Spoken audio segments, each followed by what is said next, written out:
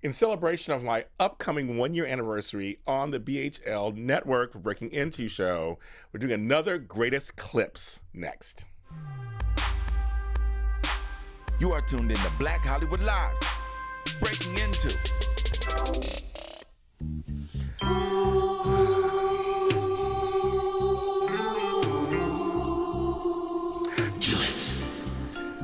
A little hustle for you guys. That's right. You know I hustle. You guys who know me know that I hustle.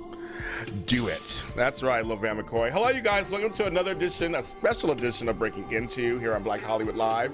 I'm your host, James Lott Jr., and I'm so glad you can join me today. It's going to be fun. Here's my part of the song that I really love.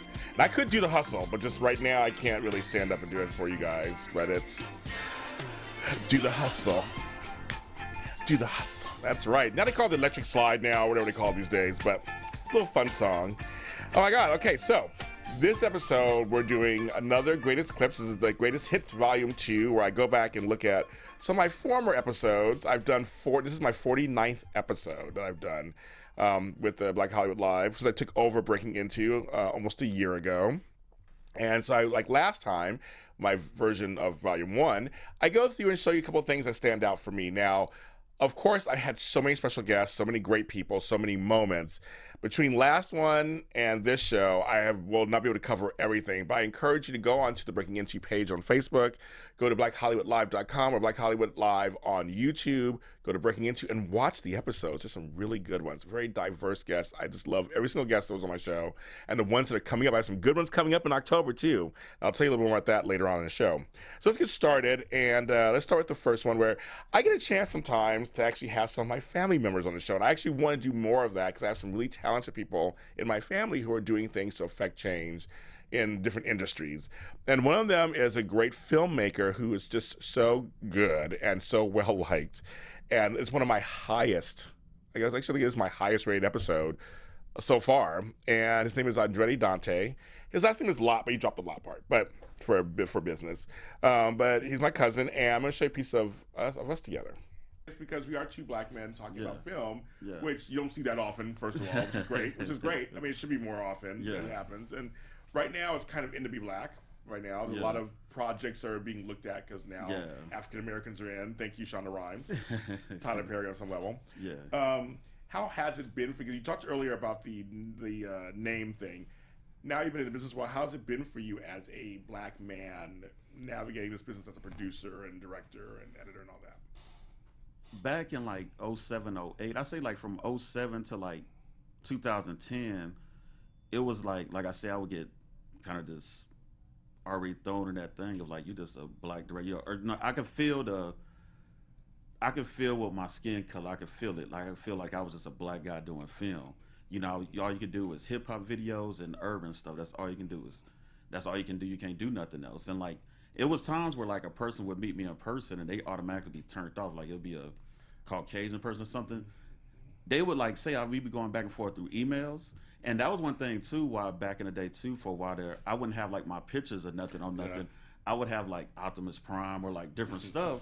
So they couldn't put nothing on me. They just had to look at the work. Yeah. So they'll be emailed back and forth with me, texting and stuff, talking about how great all my stuff is. Then I go sit and meet with them.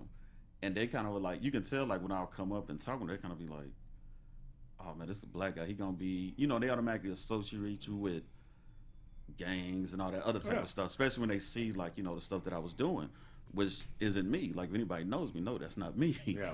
And so there was a great conversation with him about that. And I've had talks with other people in the industry where if you have a name that doesn't really bring up anything, or a name that people associate with like a different culture, or like for me, James Lott Jr. sounds like doesn't sound anything to anybody, just a name. I've had the same thing happen where people through email, through text, whatever, they assume one thing, and they meet you, and then they associate you with one thing. Very interesting conversation. It happens all the time, not just in Hollywood, but in other situations. I've had it happen to me at job interviews and things where they heard my voice and they saw my name and thought I was white, and then they came in and they're like, "Oh, you're a brown person."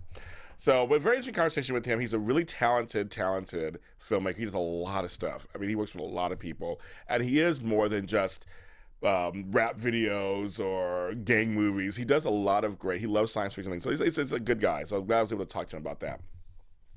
Now, I love talking to young people.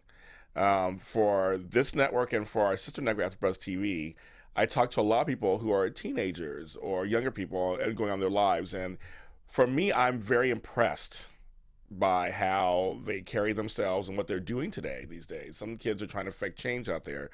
And the first clip I'm going to show you is of a kid, Jalen Jones, who I was his first interview, period, TV interview ever. So I didn't realize that until he sat down in a chair. And he's a teenager, and he was doing this video where he's trying to help fitness for kids. That was his cause. Getting kids, off the couch or off their seats and actually just moving around. And he was so earnest and great. And his whole family is just so wonderful. Shout out to Manzi and everybody's dad and everybody. Let's show a little clip of that one. So, okay, first of all, how old are you? I'm 15 years old. You're 15. Yep. You're an entrepreneur already. Mm-hmm. That's the American dream. It is. So now, when did you first get into fitness? Like, what age do you remember? Well, I got into fitness around like 12 years old. Okay. Yeah. I saw these like Michelle Obama, the fitness program Yes. and everything. So Yes. then I got interested in fitness, and once I learned about how the obesity epidemic, I just thought, how can I get other people to get into fitness as well? Yeah, that's good. So Michelle Obama, our first lady, she's all about the fitness for kids. That's her thing. So who brought her into your attention? Like, how did you find out about her stuff? Oh, I just saw like commercials, and plus my school was talking about it a couple times and things like that. Okay. Now, in your school, you have PE class? Yeah, but apparently there's they're losing funds, so they don't do as much like sports and activities like that. So. Wow, they don't.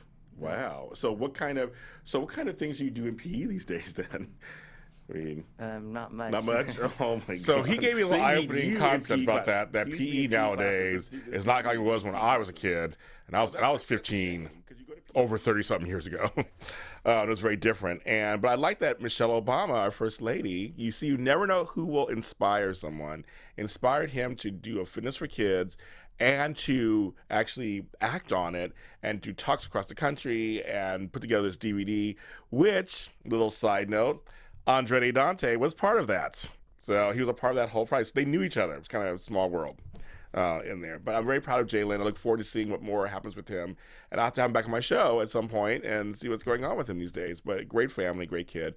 Another great kid, many of you may know him from his years on Days of Our Lives.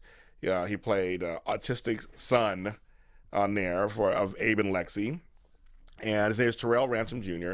He's doing the Amazing Adventures of Gumball, which is on Cartoon Network. That show is so funny and not for kids. It's like for teenager adults. I would say that it's on Cartoon Network. It's so funny. And I got to talk to him, and he's also an accomplished singer, guitarist, rapper, and as well as actor. And so we talked to him, too. He's 13. I like that. So I said I like that. Is there a word you think we should say more of? More of beautiful. Oh. I feel like that's not said enough. I feel like it doesn't just mean appearance. It could mean you have a beautiful soul or stuff like that. So I think that should be said more. Yeah. That's a great answer. Thank you. I have adults who never said anything that good. Yeah. That's a great answer. I like that. Thank you. It's very underrated. Yeah. And we come from a beautiful culture. You come from beautiful women in your family. You come from beautiful people. Exactly. Yeah. I like that. He did a great answer. I asked that question to every guest at the end of the show. I asked them 2 questions: what word to take out and what word to bring back. And when he said that, we all in the room, his mother, grandmother were there, his PR person, we were like, that's so wise and actually really beautiful. And his kid he's riding the ball. He's 13 years old. He's riding the ball, and he has great things happening. So I want to show that part, just think that he thought of that himself. And I never prepped them when it comes to those questions. So I was very proud of him when he did that. Now on our show, we have fun times, we have great stuff, but there were times we go deep. And and on my last clip show, I showed you some examples of my guests really bearing their soul and talking about their feelings. On my next 2 clips, we talk about some things that are very serious and part of Black culture, American history, and such. And the first one's with director Nzinga Stewart. She's great. I love her so much. And she talks about one of her trips to Africa.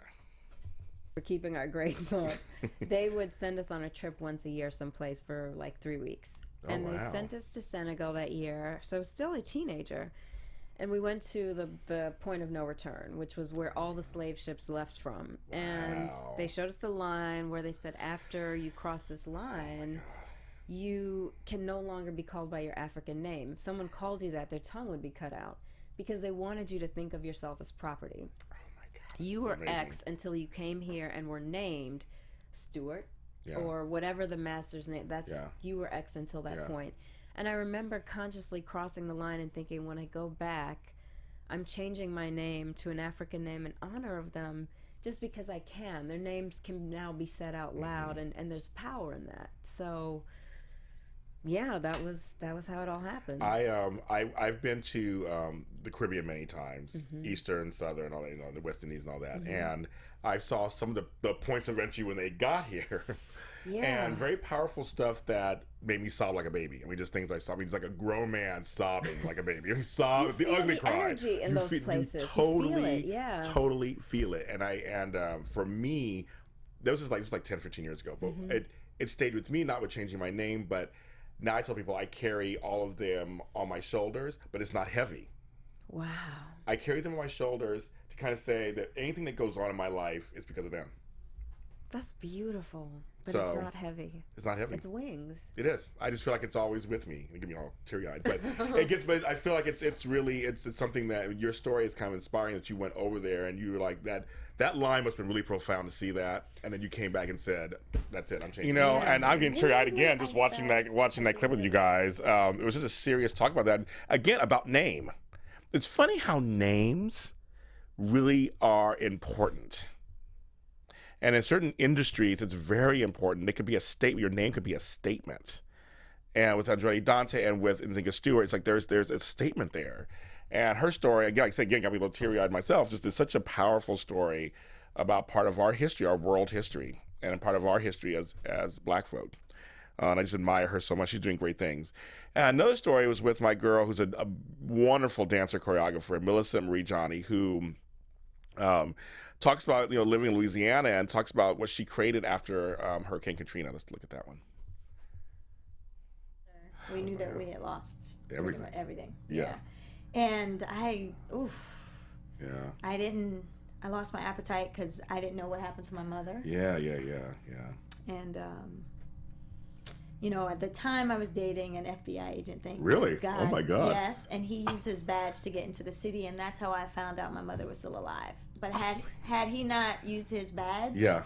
I wouldn't have known. Wow. And so for 12 days, I was just kind of, in awe. Couldn't Yeah. believe that we had lost everything. Yeah, Couldn't yeah. believe we couldn't get back to the city. Could not find my mother. I knew she was in a comatose state. Yeah. So it was hard. I'm it was sure. extremely I'm hard. sure. My little brother, I was the guardian of my little brother at Okay, the time. okay. I think he may have been 14 or 15 at the Okay. time. I can't remember. We were just holding on to faith. It was like Yeah. I created this piece called Sincerely Katrina Jones, actually, in response to Oh, that. wow. And it toured with a company called Cleopatra Robinson Dance. She commissioned the work probably 2 years after Katrina. Okay. And it was all about, the piece starts off with me blindfolded. So I'm dancing blindfolded because Wow. that's exactly what I felt like. You had to keep moving, in blind faith. You had no clue what was next, and Katrina. Gets me all misty a little No, bit. it's That's all such good. a great. That's It's a all great good, thing. man. Yeah. Like, and the way we were treated was very difficult and challenging. Yes. People made comments about the way I spoke. You speak, Mm. really, you seem really educated. Just all of the assumptions Yeah. about Yeah. black and brown people and poor white people came to the surface. It was a great I felt conversation like with it was her. always She there, but Katrina inspired me again that out of tragedy, something beautiful can be born, to express yourself and to feel it and to get it out of your system, or to bring it to some kind of other kind of art. Art sometimes is born out of tragedy. And it was such just a beautiful story she talks about in that. And she's a really talented choreographer and dancer. And because Katrina was really something that was really horrible that happened. Now we also, speaking of going deep, sometimes we get controversy sometimes, and I've had a couple of people, only a few people on my shows where I had comments that were, there were some comments, and one of them is a returning guest. He has been on my show twice, RJ Bond, and he brought his writing partner Michael Carlin. They're all about the Tupac. They're doing Tupac and Biggie murders, but about the Tupac murders. And some of my highest rated episodes, whenever they come on, it's a big deal. People fall in support for them, and people who are totally against them, and people have their own theories. Because as you know out there, Tupac and Biggie's murders have not been solved. It's been 20 years. And it's just somebody's still out there who knows. There's all these things happening, And the way movie came out, and now the Tupac movie's coming out, and I'm sure I'll have them on my show again because they do generate a lot of attention for me. But they really believe in their search for the truth. And both guys are super nice. This is from one of their appearances on my show.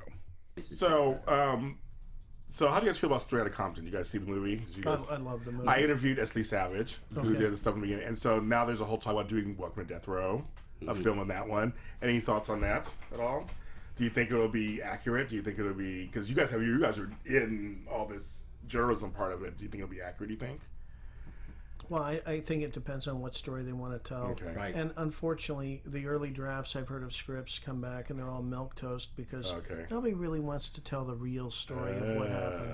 Okay. We start talking about some of the associates of Death Row Records who some of them 17, 18 murders that they committed, and and you start to really dig into the real story. And and the other thing nobody really wants to talk about is one of the first meetings I had was with Sergio Robledo, who was also with LAPD, and Russell set that meeting up for me. And he said, "You want to know where this is going to lead if you continue this investigation?" I said, "Sure, yeah, I have no idea. Where's this going to lead?" He said, "This is going to lead to the CIA putting cocaine out on the streets of Los Angeles." And I shook my head. I thought, and I used to look at conspiracy theorists, and I used to think that they're not They're crazy. They're all crazy. Yeah. So- But when you get 100 sources, and you start to see that it really did happen. Yeah. And is that really the story that's going to get told? Is the story They get told really about the are murders in and about it. cocaine? They are in this. They've been doing. They wrote the book. They've been in this story for years. They've gone places that I wouldn't go, and I'm from the hood. They go to places, and it's amazing what they're doing. That's R.J. Bond and Michael Douglas Carlin, who are they're in it, and they're in it for the truth. And they believe what they're finding, and they talk about a lot of stuff, and they're very fascinating to talk to. And I'm sure I'll have them on again another time soon. Then we go to some light. How we're gonna end the second part of this show with some fun stuff. A couple of fun things. One is my buddy Eddie Zamora, who is the Yum Yum foodie. Find him on all social media under that. He gets to do brand endorsements, and he shows food and drinks and places all over the country. And I'm just jealous because he gets to go all over the country, and he still looks good. He's like this tiny in shape man who just I don't know how he eats all this food and looks good. But Eddie Zamora, I'm going to show you a clip of what we were talking about. Foodie, you do wine, you do products. I kind of want to know the beginnings of where all this came from for you. Okay.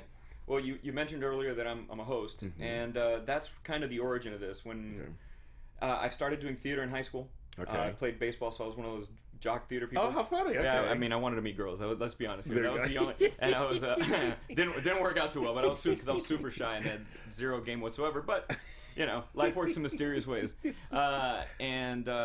I started getting into acting. I kind of fell in love with that. I don't know what it was. Whether it was I would do impressions of people when I was a kid, or I'd be watching In Living Color and I'd reenact the sketches or something when I was a kid. That kind of stuff. That stuff really inspired me. And then I started doing it in college, and through a series of circumstances, I got an ad in the paper that my mom told me to check out, and it was for some network owned by NBC called Mundos. Oh, yes. Okay, which is a bilingual network. Yes, and at the time, I guess they had been on for a year, and they were 100% Spanish, and they were looking to mix it up. So I went to an audition for some show called Chat, and there was a ton of people there, and lo and behold, I ended up being one of the last 4 people that did this talk show every day, 5 days a week, live, and greatest greatest experience of my life, to be honest with you. That's how I started. So it's interesting. Let's break it down a little bit. It's interesting that you actually, one of your first jobs in the business, you were able to do a bilingual job. Yeah, right? Especially now where everything's bilingual, because Yes. this was a while ago. You said the paper. You said an ad in the paper. That's how you dated yourself. Yeah, like, ad in the paper. An ad in the Miami Herald. I know. Yeah, not exactly the most stellar publication, but anyway, yes. I read the sports section, and so we had a they good did talk have a about that and weekend about his section, life which and was, what he does for a living, what he gets to do. And you never know. And on this show, I learned this a lot. And I noticed in my own life, you never know what job you will take that will lead you to your next thing. Sometimes we feel like we get a job and that's going to be it. You never know. Or we want a certain job and then we feel like we'll never get there. You can. Sometimes there's little detours. Sometimes you just don't know what door is going to unlock your way to that particular gig. And I'd love hearing those kind of stories. So I had Loose Ends on my show, and a band that was big in the 80s, of course, and 90s. They're still around today. Jane Eugene is just one of the nicest people, and I also had one of her band members, Robert G, on as an episode like a couple weeks ago. And this is from the show we did together. It was kind of a fun moment. Let's show that. I just want to say thank you to you, because you really represent everybody that's been loving Loose Ends for this amount of time. And this is what we've always received in America, and we are so grateful. Everybody here has their own project. You got Mr. Craig T. Cooper. Okay. He's soft, mellow jazz, sexy. He's got his album coming out. Mellow jazz, Probably sexy. gonna be up for a Grammy at some point. He will be. We have Mr. Robert G. sings with Just me. the He smiley has guy. a project out right now, Yeah. and it's called, it's called All I Ever Wanted. Soul Tracks just dropped my first listen Oh, good. yesterday. Good. We have Single, Miss yeah. Dominique Dean. She has an album that's already out. Dominique Coran. Dominique Very Coran. good. Oh, sorry. I have a house dance single called, it's a remake of the Jones Girls, You're Gonna Make Me Love Somebody Else. Oh, that's good. Oh, Miss this Wayland beautiful Hicks. blonde over here. I have a song on iTunes called I Love Love. ILUVLOVE. So you can see I ain't afraid of having people who got talent. No, they make you look good, right? That's the point. I think when you raise the bar, it keeps you on your toes. Yes. Right? Makes you do better. Talk here's about my people thing. That's why I who always say this. work together and who, to me, I'm all about the village. You guys who know me, I'm all about the village and that we are all connected and we should lift each other up, which is one of my mottos, which is lifting each other up and sharing knowledge and paying it forward. Those are my three things I always talk about. And she was a prime example of having this group of people who are artists and musicians who she's not afraid of. She's not like jealous of them or afraid they're gonna take the spotlight. She's happy to have them around her. And you watch that episode, they sang several times and they were beautiful. It sounded beautiful in person. They were singing all these songs for me. And I just love the unity that they have. And that's so important. We need to come together, especially as artists, as black people, as anything, to come together and work together. Like, why not? I just don't get it. And one of the last things I want to show you is my full circle moment on this show. I've had several moments in my life where I have full circle moments. And I wanted to show this in my last clip show, and I didn't pull it together correctly. So I believe I found it this time, and I'll explain it in a second. Let's go show that clip. I played that album to death. I just want to tell you. Mr. Bachelor is my song. I just sang it to you outside a little bit. That was I still play, that song's my iPad today. Mr. Bachelor, You should have told me. Told me. You know you owe me. You owe me. You owe me. You owe me. I love that song. Oh my God. Your background vocals. Oh, I can't wait. We Oh my weren't God. gonna do it. Oh, good. Good. Now you singing it. We have to. You have to. See, I got a chance to sing a song, a piece of a song that I've loved for like almost 30 years. I got to sing it to the group in front of them and to the lady who actually sang that song. That was like a full circle moment for me. And it was so funny because I did it to them off camera. I did it to them. They couldn't stop laughing. And I had a chance. I'm glad I got a chance to capture that on camera. And that's why I get to do these kind of shows because you just never know what's going to come up. And they're great and they're wonderful. And they're touring all over the country. You can see them. They're good. And also the individual solo members have stuff too, and they're great also. And I'll be having each of the solo members on my show at different times. You'll just stay tuned for that, of course. This clip show, like the one I did before, Volume 1, which you can also find on Black Hollywood Live and on the YouTube channel, is because I'm celebrating a 1-year anniversary on November 8th. My anniversary of taking over the show, breaking into here on Black Hollywood Live. Special thanks to Daryl Christian, who knew this show was right for me because I went to talk to him and he said, I have a show for you. And this is a great show. I love doing the show. And on November 8th, I have a 1-year anniversary special. It's going to be an hour and a half. And it's going to be with Adolfo Shabadoo Quinones, yes, the dancer Shabadoo, actress Jasmine Lewis, activist, poet, actor, just all-around great person, Joe Hernandez-Kolsky, beatboxer, actor, activist, Joshua Silverstein, and actress-producer Christy Ferris. And you may know her from some soaps like Passions, and she was also Queens of Drama. So those 5 are coming in. We're going to sit down, and we're going to have a discussion. We're going to talk about, I have some topics. We're going to talk about them as 6 adults that are all out and trying to do things and affect change in the world. And hopefully you'll join us for that one. Stay tuned. Go to the Breaking Into Facebook page for more information on that. And that concludes my show for my Great Hits Volume 2. I love this show so much. I love it, love it, love it. I'm so glad the response you guys have been giving me for the past almost a year. It's been wonderful. The good, the bad comments, the other comments, I'll take them all. It's fine. It means you're watching the show. I hope to do this show for a long time to come. Thank you for watching, and I'll see you next time.